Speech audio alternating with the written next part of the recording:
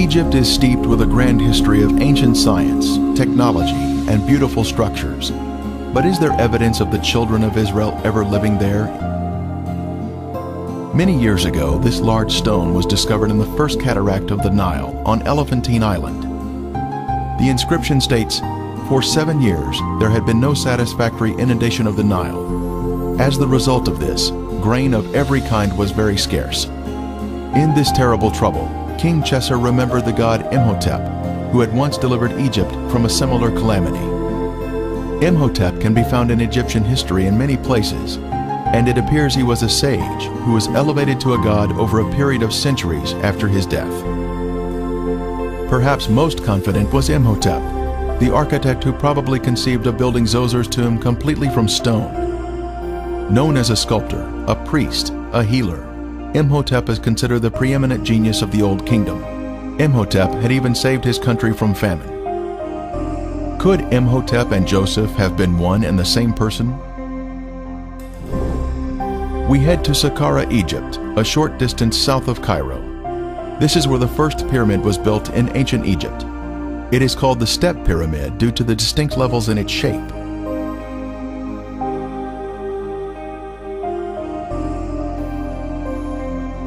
We can see where a smooth veneer layer of limestone had once been applied over the brick, creating a smooth surface, but most of it has since been removed.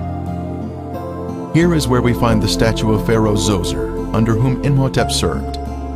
It was on the base of this statue of Zoser that Imhotep was mentioned as a man, not as a god.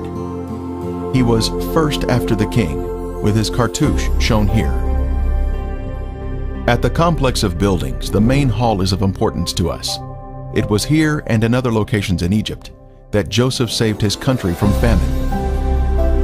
Then Joseph said to Pharaoh, "Indeed, 7 years of great plenty will come throughout all the land of Egypt, but after them, 7 years of famine will deplete the land." In Joseph's day, as one entered the building, they would make their way down this hallway to purchase grain. There would be many cashiers available for customers of various languages to trade for the much-needed food. The famine was all over the face of the earth, and Joseph opened all the storehouses and sold to the Egyptians. As we exit the hallway through the area in the rear, we see over on one side a series of deep structures where grain was stored underground during the 7 years of plenty. Then over the next 7 years, it was sold to the Egyptians and visitors from other countries. A system of vertical underground silos created a cooler environment for the grain to be stored. This was the design of the genius, Joseph. When grain was removed from storage, the oldest grain was carried up by way of this long descending stairway. The grain silos were interconnected via tunnels, which allowed the grain to flow down to a central exit point located at the bottom of this stairway. A record of this event of removing the grain can be seen on hieroglyphics such as this at Thebes, showing the sacks of grain being carried up the stairs from the granaries. Another example of this can be seen at the tomb of Iti. As a way to honor the Lord of Heaven, Joseph built this first pyramid in Egypt at Saqqara to show his thankfulness to the Lord for honoring him and saving the Egyptian people from famine. In that day, there will be an altar to the Lord in the midst of the land of Egypt.